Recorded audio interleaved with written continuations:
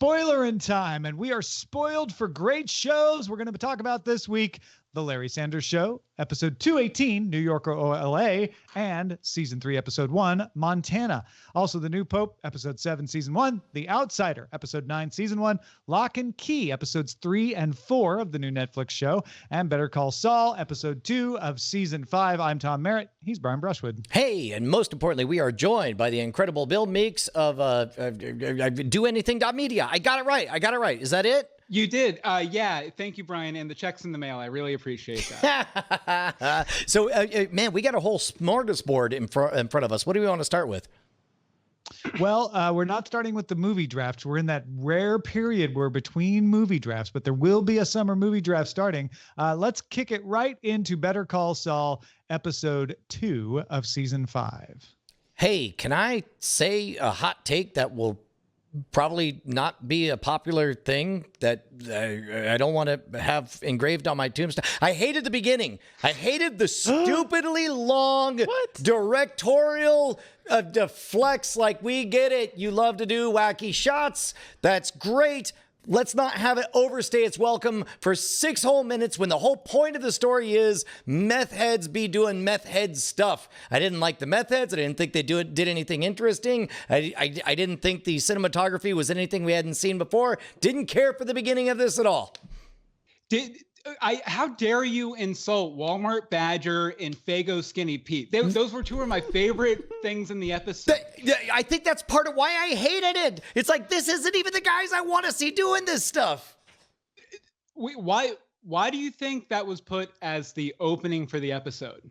I mean, well, number one, they had to set up the idea of the delivery mechanism being the drain pipe and all of that stuff. They also had to directly, repeatedly beat us over the head with the fact that Kim was right and offering 50% off created a perverse incentive for people to go out and commit crimes, which we all agreed with when she said last week, but for some reason needed to be repeated 4 times in the first 6 minutes of this episode. Didn't care for the opening of the episode. Well, I on paper enjoyed the opening of the episode. On paper, I looked at it and I said, oh, yes, we will follow up on that concept of, the fact that if he gives a discount, it really is going to encourage crime no matter what he says. We're going to have a funny montage that'll be like a little wacky, add a little lightheartedness, but with a dark tinge to this episode. And it will serve a purpose in providing you 2 characters that will be essential to the setup of the main pivot point towards the episode with the drain pipe, etc. On paper, I'm looking at all that. I'm like, yes, check. That all looks good. On the actual experience of viewing it, I'm with you, Brian. I was like, this is way too long. Like, why is this taking so long? I'm not laughing. I was like, it was so good. It was frantic. That's what it was. It was nonstop. It wasn't frantic. though. It was slow. No, it was repetitive. Let me just say, I think this is the most important, and this is something that they've done very well on Breaking Bad and Better Call Saul. This is the most important process montage they've ever done. Because if it wasn't for those 2, I'm calling them Walmart Badger and Faygo Skinny Pete, if it wasn't for those 2 tweakers rolling around, none of Breaking Bad would have happened. Because their actions in that opening montage caused, Gus's war with the Salamancas to, sort of rise up, which is what, causes Walt to fail in Breaking Bad. So I'm just saying this is montage. Is it the montage that causes that? Or is it that they go and buy more stuff at the drain pipe that causes that? I mean, on paper, I'm with you. They are essential to this all happening. But I don't know that you needed the process montage to get there. I can see that.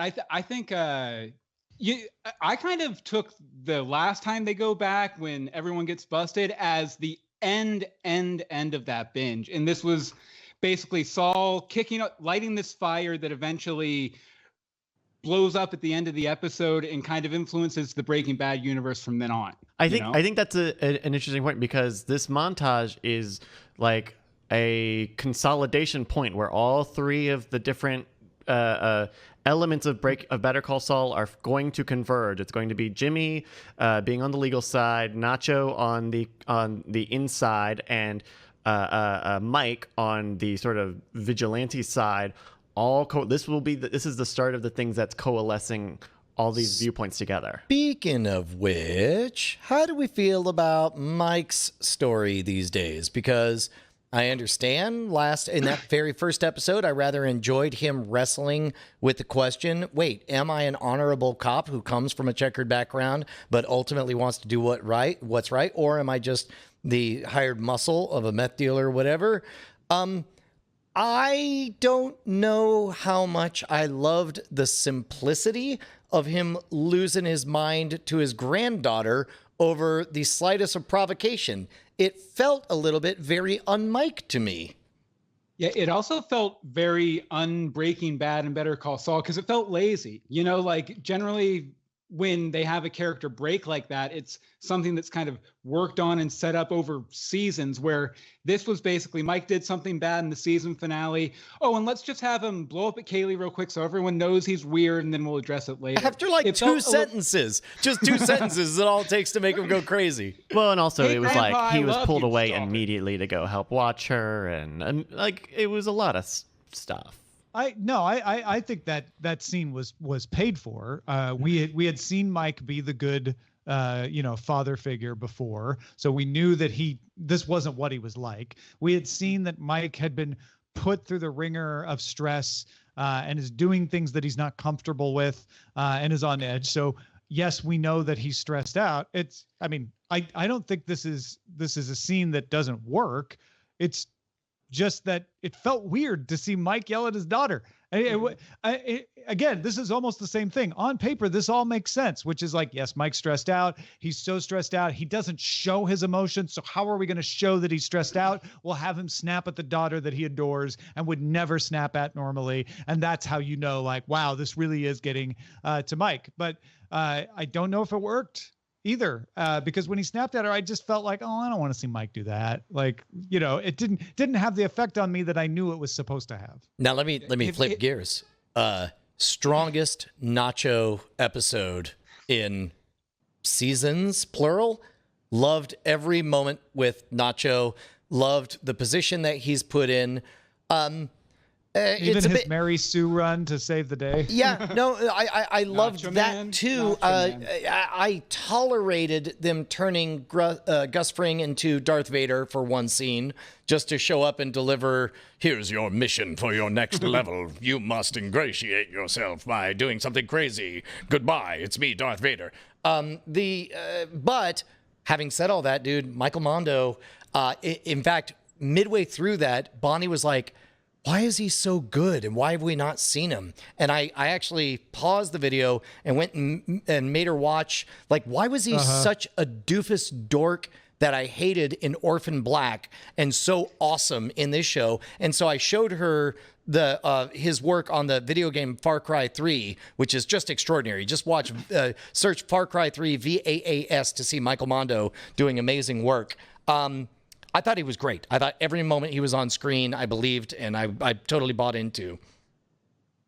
Yeah, I've always thought of him as sort of a Better Call Saul's Jesse Pinkman, in that he's a bad guy with a good heart, and if there's any character you're supposed to root for, it's for him.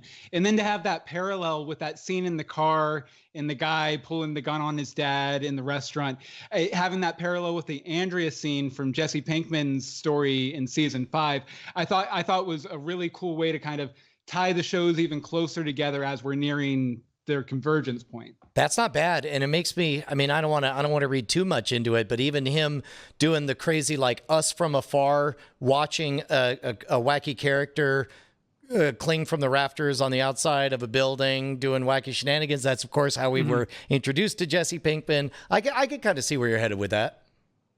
Yeah, they've always, to me, they've always been sort of two sides of the same coin. I love the Nacho character. I'm very curious to see what's going to happen to him. I have my theories and my suspicions, but I would love to see him show up in the Gene timeline sometime. Like maybe he's the guy who kind of pulls Gene out of there or helps save him or something. Yeah, I could swear to you at this point in Better Call Saul that Nacho was in Breaking Bad, right? Like he just fits that well. Yeah. He feels like part of the family. Well, so Tom, I've done nothing but poop on a bunch of parts of this, but I feel like you would have something nicer to say about it. You got anything? Sure. Yeah. I can Minnesota Olive Garden review this. It was excellent finish. It was an excellent setup. I loved like you said, the scene with the restaurant, where Nacho just finally like says, you know what?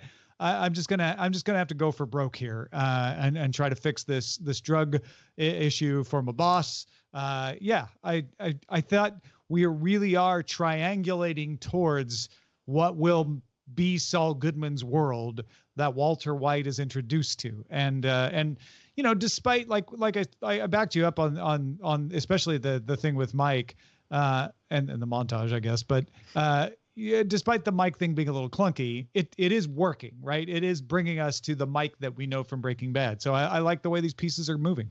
Does putting a hat on the trapped in the elevator scene make it good? Or oh yeah, no, we didn't talk about or highlight how hack that trope is. I mean, listen, it's easy to just sit. You can take any show and sit and find pot shots with it and say, well, that's dumb, because shows need to take shortcuts. Good shows to tell good stories need to take shortcuts. And what separates whether you like something or not is whether you let a shortcut bother you or whether it's impossible to avoid letting a shortcut bother you. That's a shortcut that, yeah, I'm sure some people are going to look at that and you can rightly criticize it all day long. But the fact of the matter is, it's a shortcut you needed to take. You needed to figure out how you were going to show Saul working his magic. And I thought it was a fun way to do it. I actually loved it. I loved it. The only, I like the moment it happened, everybody knew exactly what happened. The only thing I didn't totally love about it was the 5 seconds they spent where they actually had an exchange about like, so anyway, we set up this thing. Like, yeah, no, we knew that. Like that could have been just a 1 second casual, little nod and a wink. I do think that scene's going to end up being more important later on, though.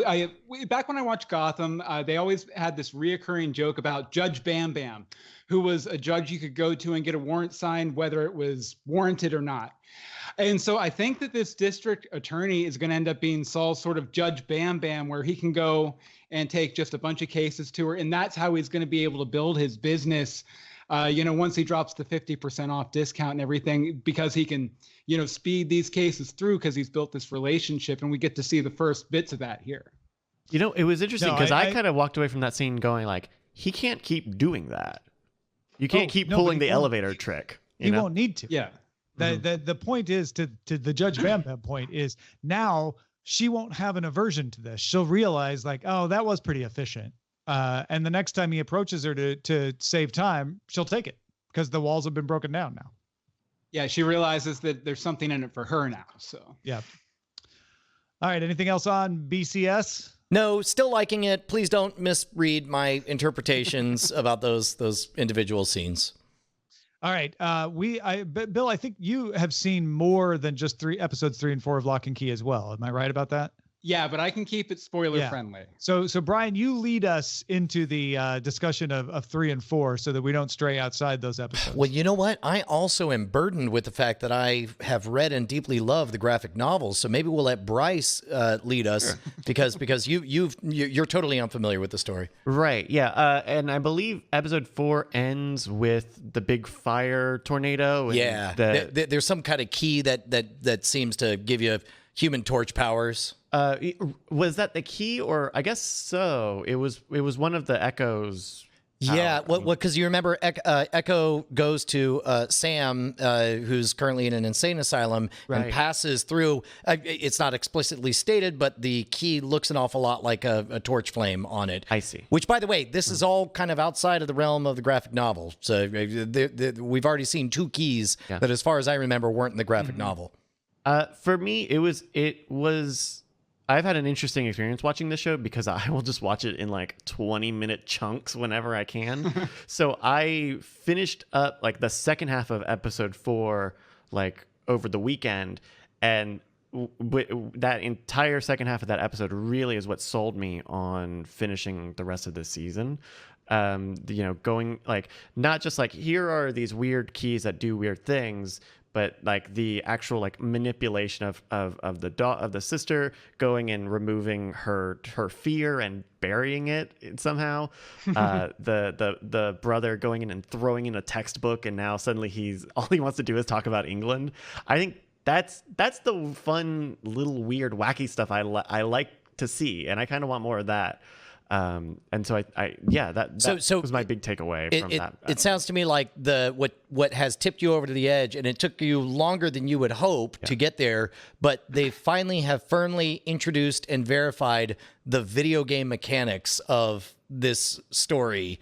And now all of a sudden it's a little it sounds like you have a sense of what bricks move where and what can be played with. Right, because I think I mentioned that last time we talked, is that I didn't really I didn't feel involved, but seeing the ghost key, seeing them actually do more stuff with the head key, the fire key stuff, the mystery around the neighbor who was sneaking around the well.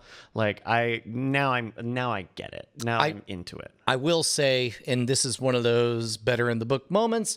Boy, did I not dig the way they represented the ghost key segment. Really? That looked super low rent, bad CGI. Yeah, Polar that was Express. Harry Potter. That was Harry Potter CGI. That reminds me of what they do for the Quidditch in the Harry Potter movies. Just looks rubbery and awful, and they should have shot the actor on a green screen or something. Yeah. It sounds like you didn't mind that, though. It's a teen drama. It's a show for the tweens. Remember that? For the tweens. He's doing the tween dance. Yeah, the tween. It's and so that stuff I have a lot more forgiveness for. Of like, I think that stuff is fine. But I guess if you have a background with the graphic novel and all of these on paper things, and maybe there's a misbalance of expectations. Tom, what were your feelings of these sort of events? Man, it's impossible for me to separate what I think of these episodes from what I think of things that they play into later. At this point, I was still in the, well, I guess these are okay. They're not as good as I wanted them to be, but they're okay. But I was similar to what you were saying, Bryce. Like by the end of episode 4, I was starting to get swept into the current. And a lot of that has to do with the new stuff and just not remembering what really happened in the graphic novel as well. So trying to remind myself and like, oh, okay, this is cool.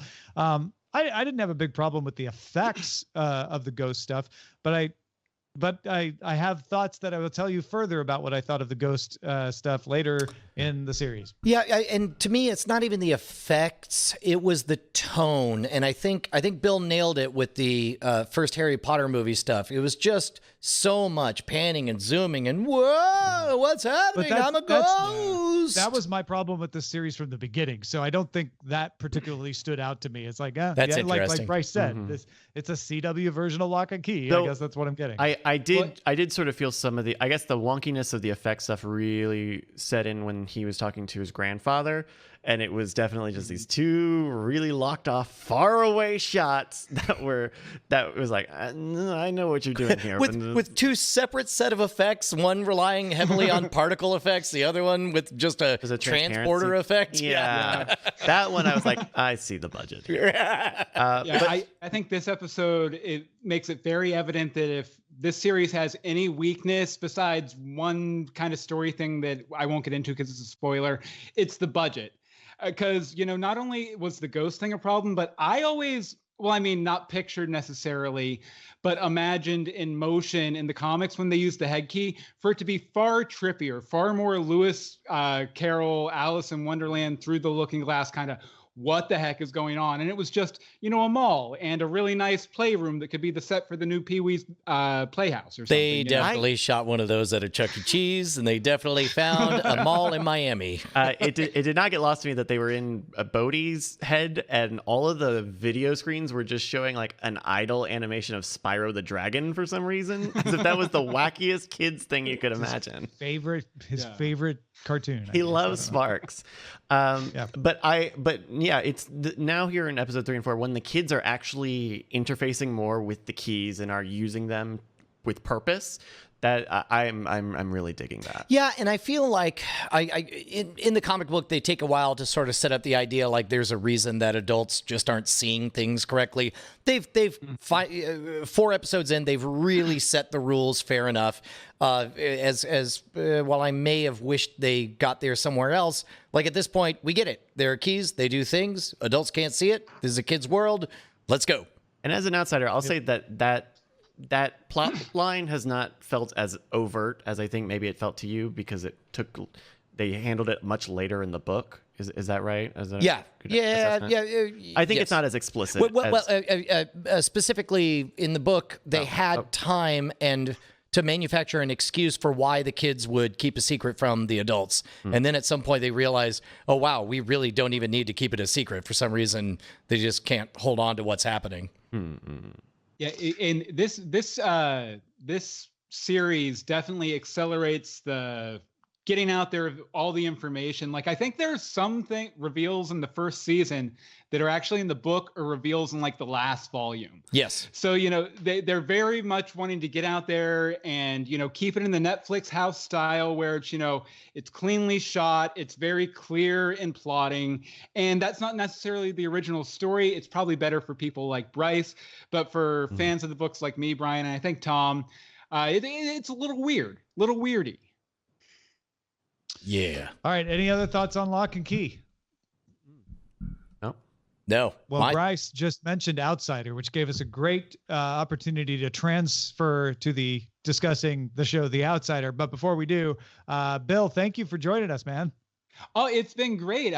Like I said, always great to talk to you guys. It's always too long. We always need to do it more often. And, great job here killing all the cords. I think we're almost done with the cord epidemic now. Yeah, yes. I don't know what we're going to do once the last cord is killed. You're going to have to move on to cables.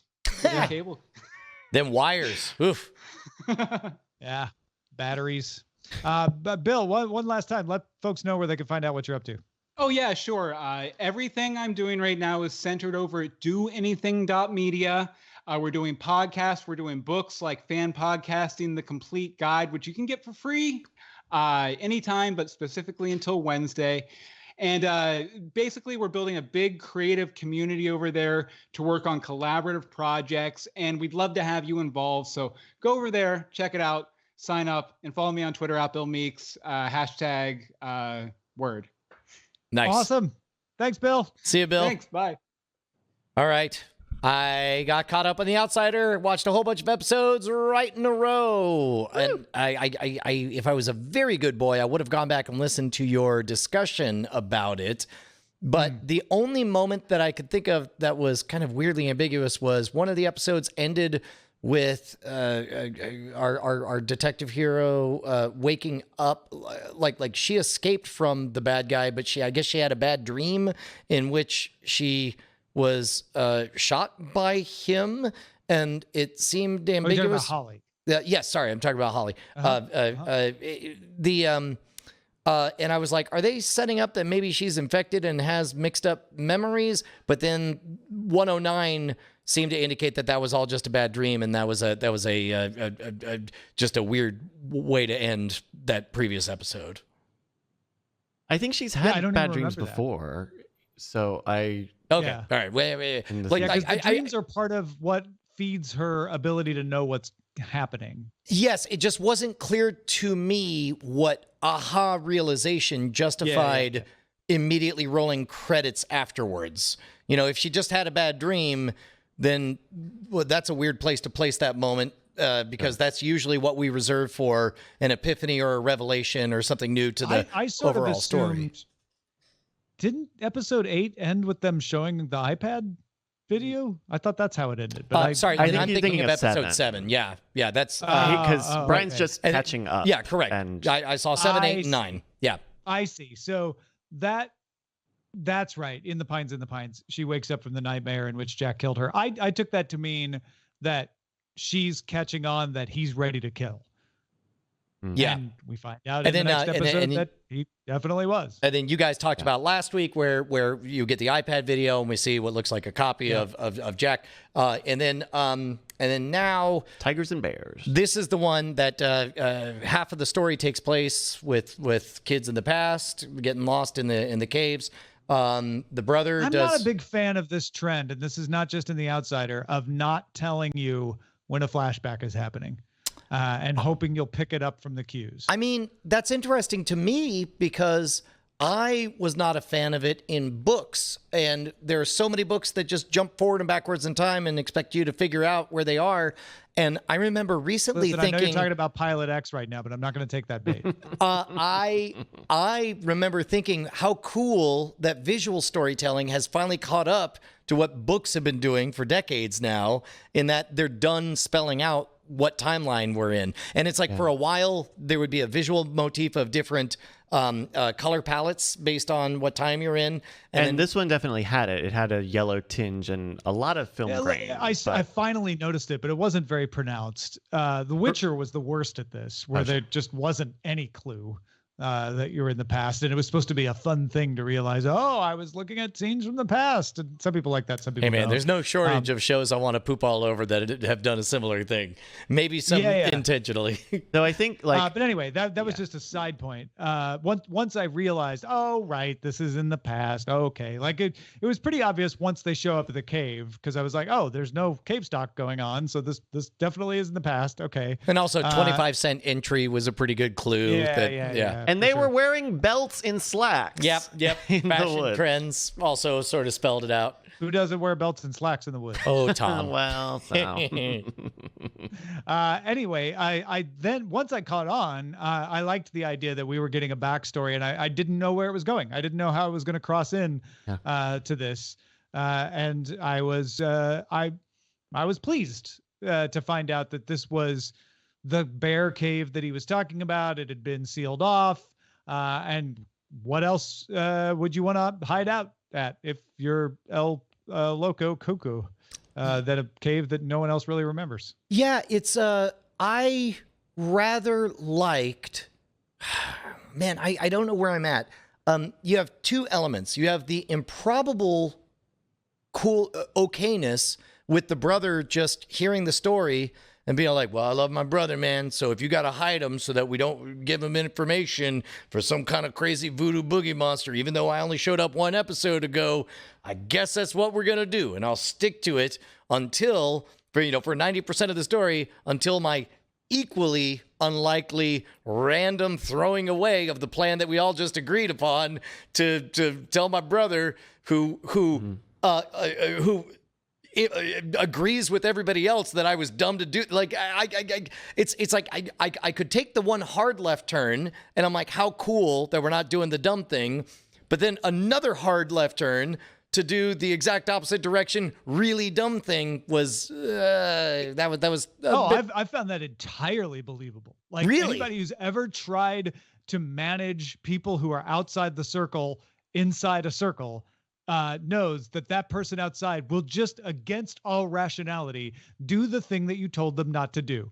How many times have you run into this in your life? And I would find it less believable that this guy who's been saying, y'all don't know what you're doing. You don't have my brother's best interest at heart. I know what's up. I've lived in this place for a long time. Wouldn't tell his brother what's going on when he has basically left every clue that he's like, I'm gonna tell my brother. Okay, you're right. I don't think it's right that you're not telling my brother, and I'm gonna tell him. It was certainly plausible, but I think it was kind of a weird execution of it, because we don't see too much time with his brother. It was an interesting choice to have it happen off scene like that, and then you just hear Claude yelling, "Do you know what you've done?"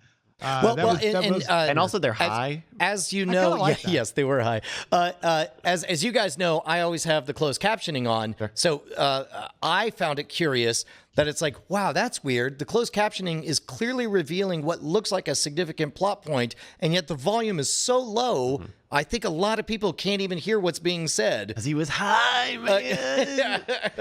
A bit of a curious choice on that one. Weird one.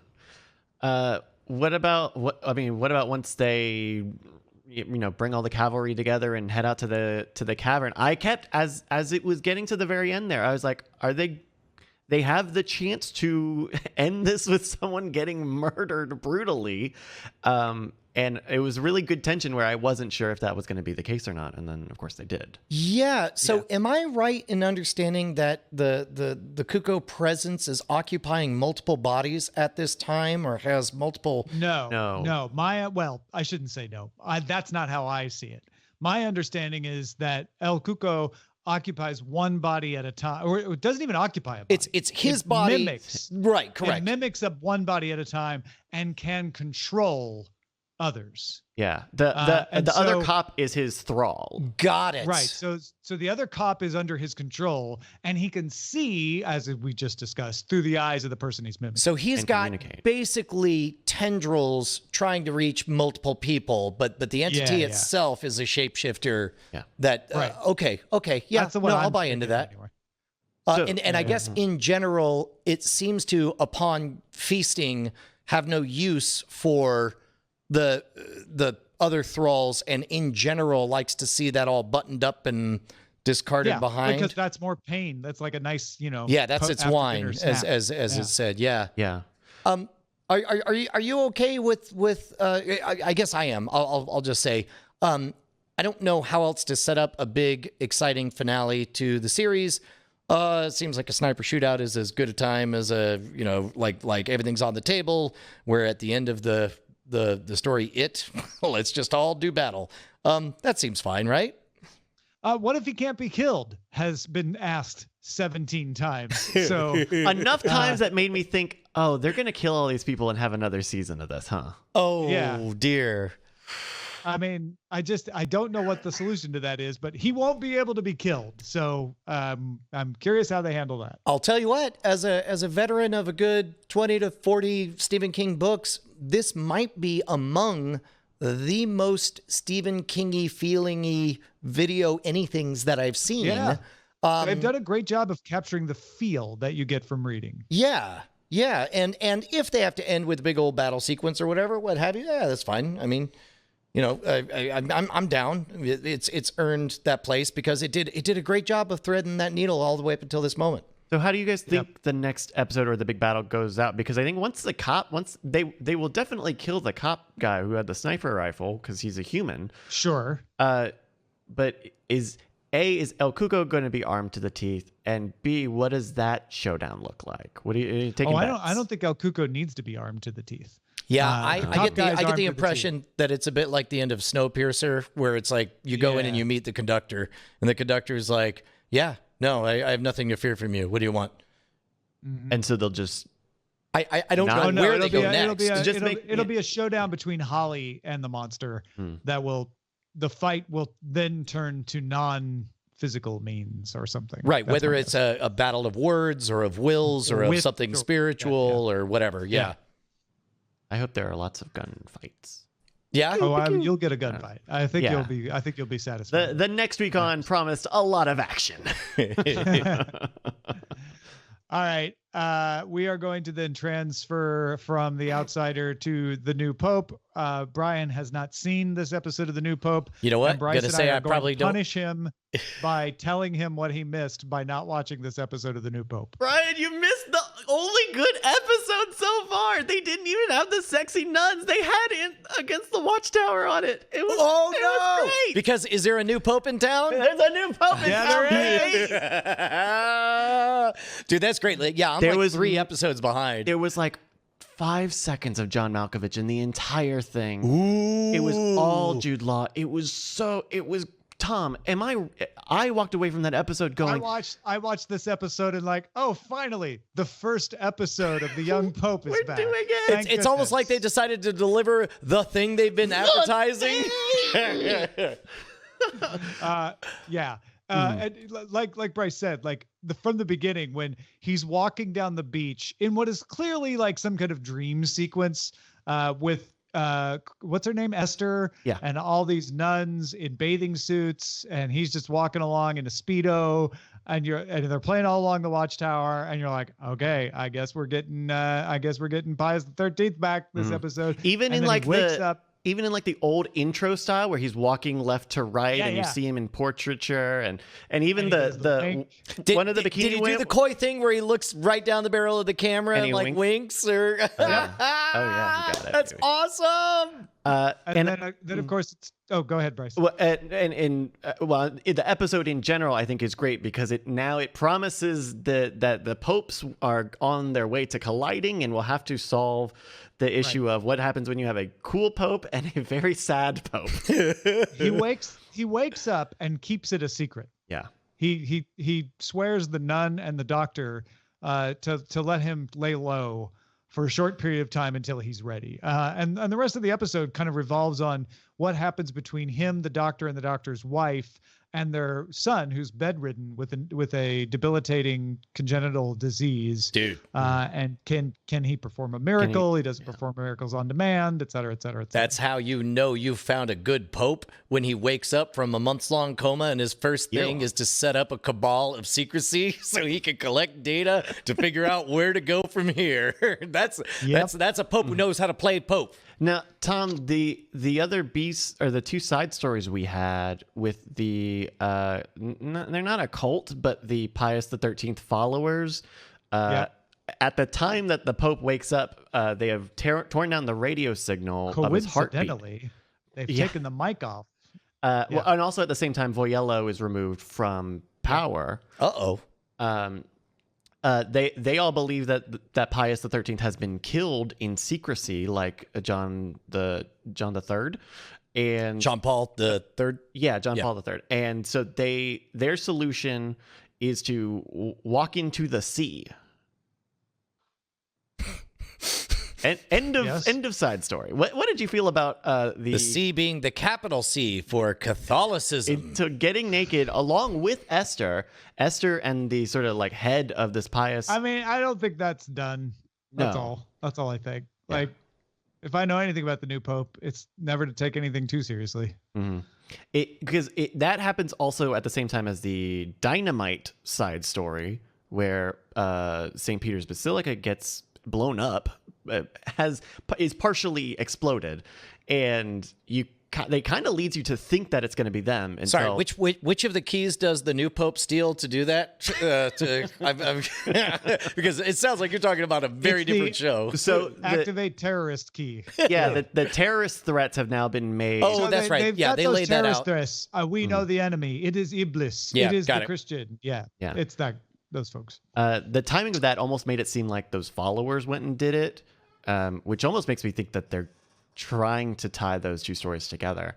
But I don't know. I didn't even care. I didn't pay any attention to any of that you're talking about. Honestly, I just fell back asleep until Jude Law showed back up on screen, and then I woke back up. I love our raw, honest. I mean, I feel so free now that we've all admit that the story's garbage, but we won't stop watching. It's so great. I mean, it is so telling that John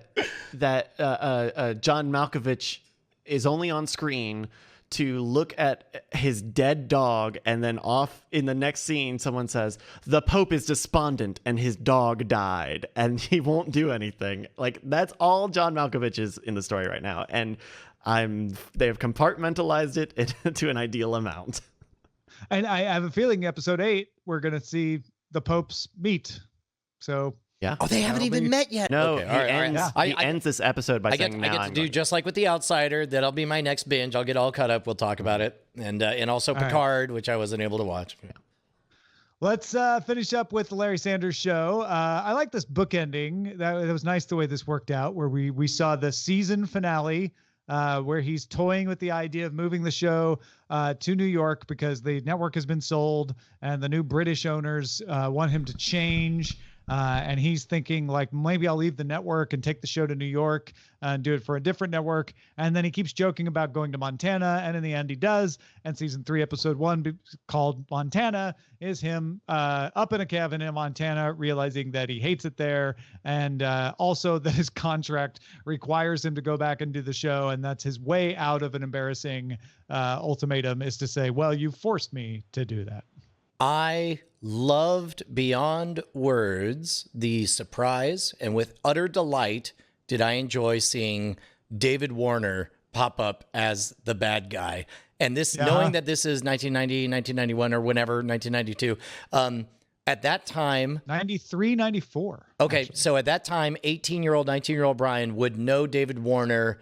It would have been pre-Titanic, but I would have known him instantly as Sark from Tron and Evil from Time Bandits. He is the consummate bad guy. If you need a bad guy... Oh, that's right. He's also the Klingon in The Undiscovered Country in 1991. Oh, right. If you need a bad guy, get yourself some David Warner. He shows up and he's David Warner as hell. 2 episodes of David Warner. Got nothing good to say about everything David Warner being David Warner as hell. Having said all of that, the cliffhanger of season 2 lacked teeth, and the fix at the beginning of season 3 lacked credibility. And the what? The fix of everything, the repair job. No, it actually really felt, and I don't think this is true in any way, but it felt like season 2 was, well, we may never do another episode of this show again. That's what it felt like. Let's just leave it with him off in Montana. Ha ha ha. And then season 3 felt like, well, crap, we have to do another season. Let's find out a quick, fix that'll let him be back on the show again. So in other words, I loved everything except for the plot. Yeah. Do you think that they got written into a corner? Because they go on another 4 or 5 seasons after that.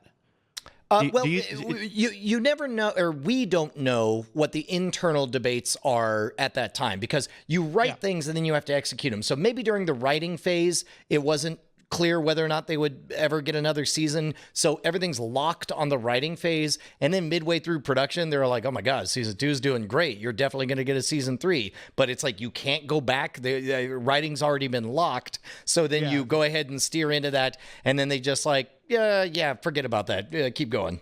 So, I mean, who's to say what happens behind the scenes? But I got that strong impression, Tom.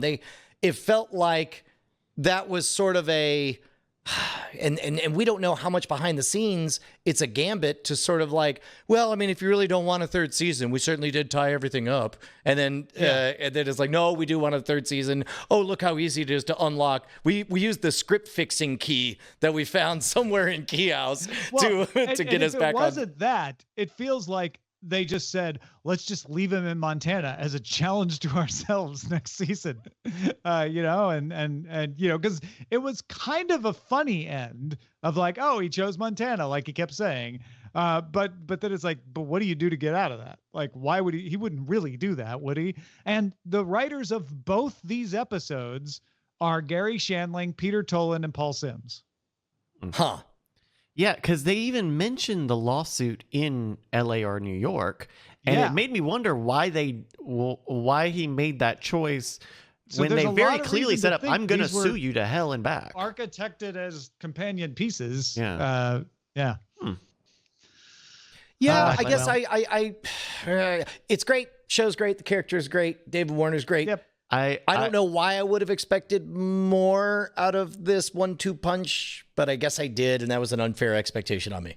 I really loved the bit in 301 where Larry is trying to get Bernadette Peters to sing something, and he just keeps like so you do you need the band? Do you need they need to know what key you're gonna? You don't have to do anything. You're not, just if you're gonna just if you need, they will just we can cue. Yeah, I thought that was a very fun.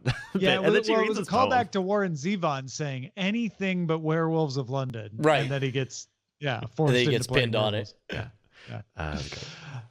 Well, thank you, folks, for hanging out with us. I hope you feel spoiled rotten. That's our aim here. And if you want to support the show and keep these coming, patreon.com/cordkillers is the place to do it. $1 won't even pay for the cream in your coffee, but it'll make this show happen. So we'd love to have it. Patreon.com/cordkillers. We'll talk to you again next time. Yeah. Also, what are you doing with such expensive cream in your coffee? $1? My goodness. Stop shopping at Whole Foods. Give it to us.